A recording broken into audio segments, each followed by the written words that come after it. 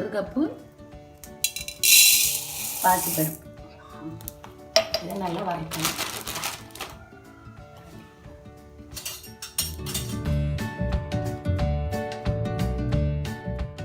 நல்ல சிவப்பு கலர் வரது வரை வறுக்கணும். இன்னும் வறுக்கணும்.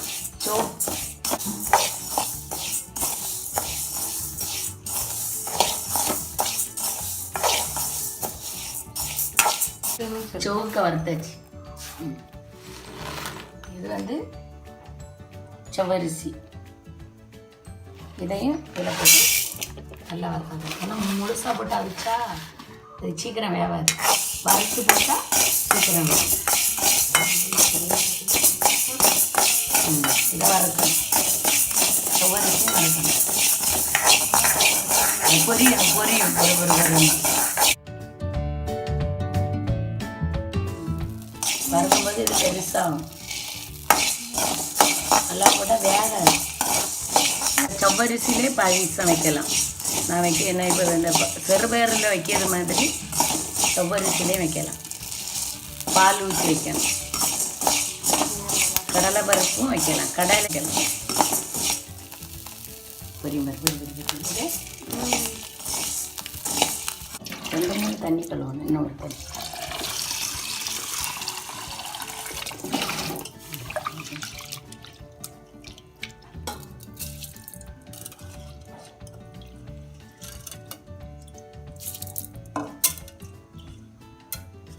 ஒரு பானையிலையும் போட்டு தண்ணி ஊற்றி அவிக்கலாம். ஆனால் நிறைய நேரம் ஆகாது. குக்கரில் 3 விசில் விட்டு பார்க்கணும். திறந்து வெந்திருந்தேன்னா எடுத்துடணும். இல்லாட்டு கரெக்டாக தண்ணி வைக்கணும். இந்த கப்புக்கு 1 கப்பு பயறு, 50 செவ்வரிசி. அதே அலசணும். ஏன்னா கரையாது. ஏன்னா நம்ம வறுக்கிறதுனால அது கரையாது. அழகாக இருக்கும். வறுக்கிறதுனால கரையாது. சும்மா இதை அலசினா போதும்.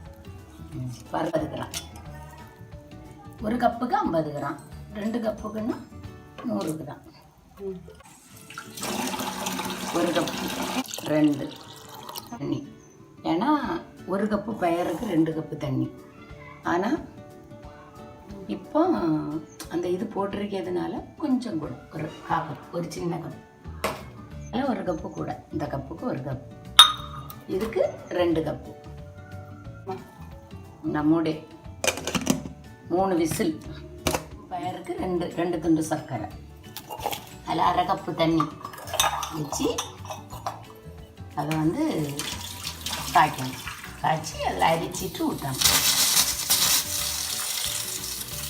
பாவு எடுக்கணும். பாவு எடுத்து எதுக்கு பாவு எடுக்கணும்னா இதில் மண் இருக்கும்.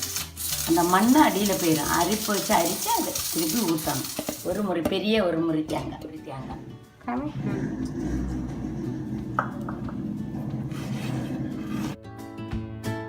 பால் எடுக்கு. ஃபஸ்ட்டு கொஞ்சம் தண்ணி விட்டு அடிக்கணும். இவ்வளோ தண்ணி விட்டு அடிக்கணும்.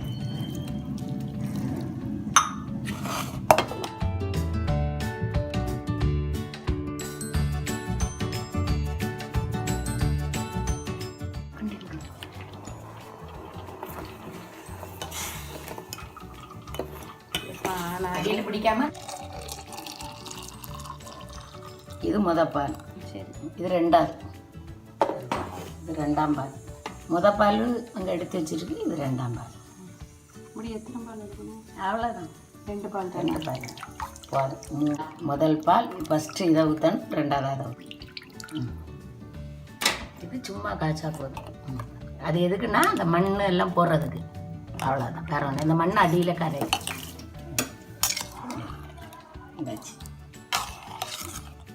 வறுத்து தான் போடணும். வறுத்தா சூப்பராக இருக்கும். ஒன்றுமே தெரியாது யாரு போட்டிருக்கேன். எல்லாத்தையும் ஒன்று சேர்க்கணும்.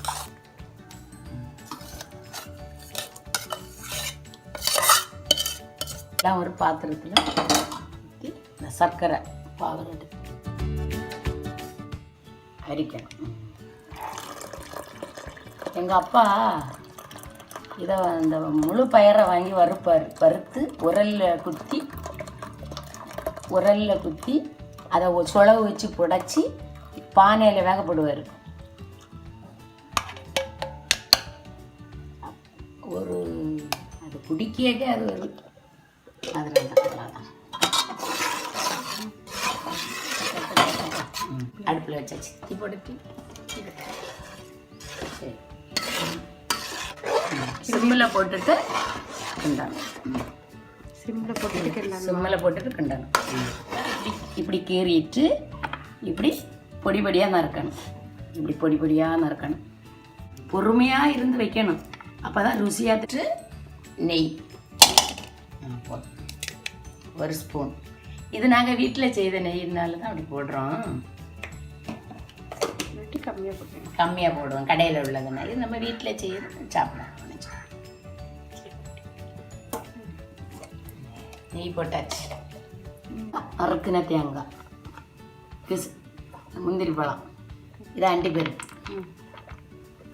இது நாங்கள் எங்கள் வீட்டுக்கிட்ட வாங்குறது. எல்லாத்தையும் இதில் வறுக்கணும். முதல்ல தேங்காவை போடணும்.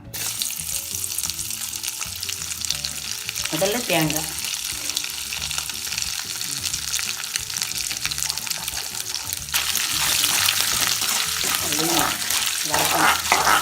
தேங்காய் பொன்னரம் ஆகணும். மெரூன் கலர் ஆகணும். தேங்காய் இப்படி இருக்கா இல்லை வரணும். பொறுமையாக செய்யணும். அவசரப்பட்டு செய்யக்கூடாது. அப்போ பொறுமையாக செய்து நீட்டாக சாப்பிடலாம். பிள்ளைங்களுக்கெல்லாம் நல்லா அடுப்பில் சிம்மிலே போட்டுருக்கணும். கிண்டிகிட்டே இருக்கணும்.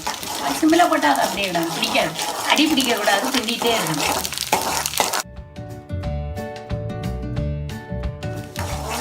நல்லா சூக்கணும். இப்படி ஒடிக்கும்போது தேங்காய் இப்படி எடுத்து பார்க்கணும்.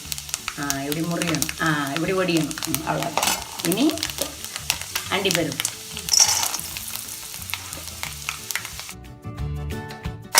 எவ்வளவு கிஸ்மிஸ் பழம்,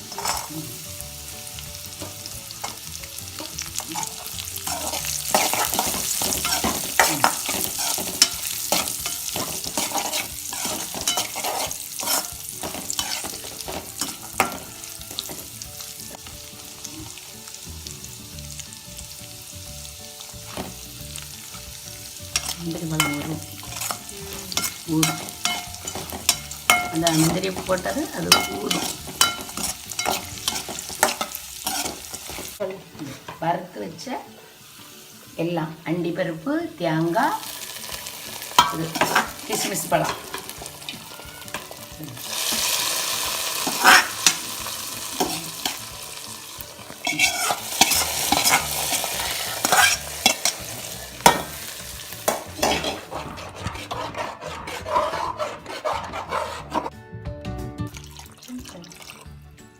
ரெண்டாவது பால்,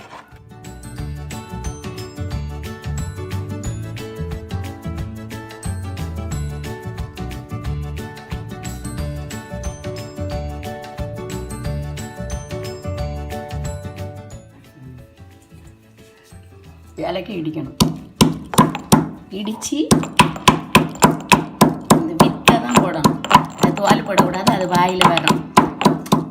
மற்றபடி எல்லாம் சவச்சி அப்படி சூப்பராக இது போடக்கூடாது. அதில் இருக்க தோலை எதுலேயுமே போடக்கூடாது. அதிரசம் போடலாம். இல்லை இந்த இதை வந்து இந்த ஏலக்காய் இது இந்த தொலியை எடுத்துடணும். தொலிக்க உள்ளே இருக்க வித்தை எடுத்து மட்டும் போடணும். நான் போட்டிருக்கேன். அது அவ்வளோதான். கிண்டி விடணும். அப்புறம் நம்ம இனி எடுத்து வச்சிருக்கேன் ஒன்றாம்பால். அவ்வளோதான், முடிஞ்சு. ஆஃப் பண்ணிடுறோம். உடனே ஆஃப் பண்ணி முடி வச்சிடணும். ஆஃப் பண்ணி வச்சு அவ்வளோதான். அதை கொதிக்க விடக்கூடாது. அந்த சூடுலேயே அது அவ்வளோதான்.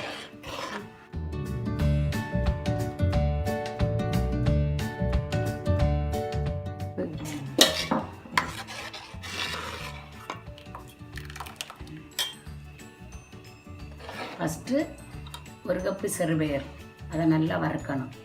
சோப்பு கலரில் வறுத்து அதை ஒரு இதில் தட்டி வச்சுட்டு செவ்வரிசி நல்லா பொரியை மட்டும் வறுக்கணும்.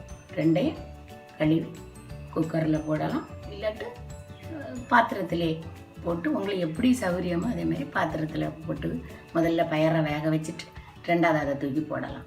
அந்த செவ்வரிசியை போட்டு ரெண்டையும் மிக்ஸ் பண்ணி நல்லா வெந்து வந்த உடனே இறக்கி வச்சுட்டு ஒரு அரை முறை தேங்காய் பால் எடுத்து புழிஞ்சு 1ஆம் பால் 2ஆம் பால் 1ஆம் பாலை தனியாக வச்சுக்கிட்டு ரெண்டையும் வச்சுட்டு அப்புறம் தேங்காய் 2 கீத்து அண்டி பருப்பு கொஞ்சம் கிஸ்மிஸ் பழம் இவ்வளோத்தையும் நல்ல நெய்யில் வறுத்து அதில் தட்டணும். தட்டிட்டு எடுத்து 2ஆம் பாலை ஊற்றணும். அது ஊற்றி இப்படி கிண்டி கொடுக்கணும். அது பிறகு இறக்கும்போது ஏலக்காயை இடித்து அதில் உள்ள இருக்க விதையை மட்டும்தான் போடணும், அந்த தொலியை போடக்கூடாது. போட்டு 1ஆம் பாலை கடைசியில் ஊற்றணும். ஸ்டவ் ஆஃப் பண்ணி வச்சிடணும். கொதிக்க விடணும்னு கிடையாது. ரொம்ப நேரம் பிறகு கொதிக்க விட்டோம்னா அது வந்து துருதுரு ஆயிரும் பால். அதனால தான் அதை அப்படி தேங்காய் பால் லாஸ்ட்டில் ஊற்றுது, துருதுரு ஆகிடும். பசும்பாலெல்லாம் ஊற்றக்கூடாது.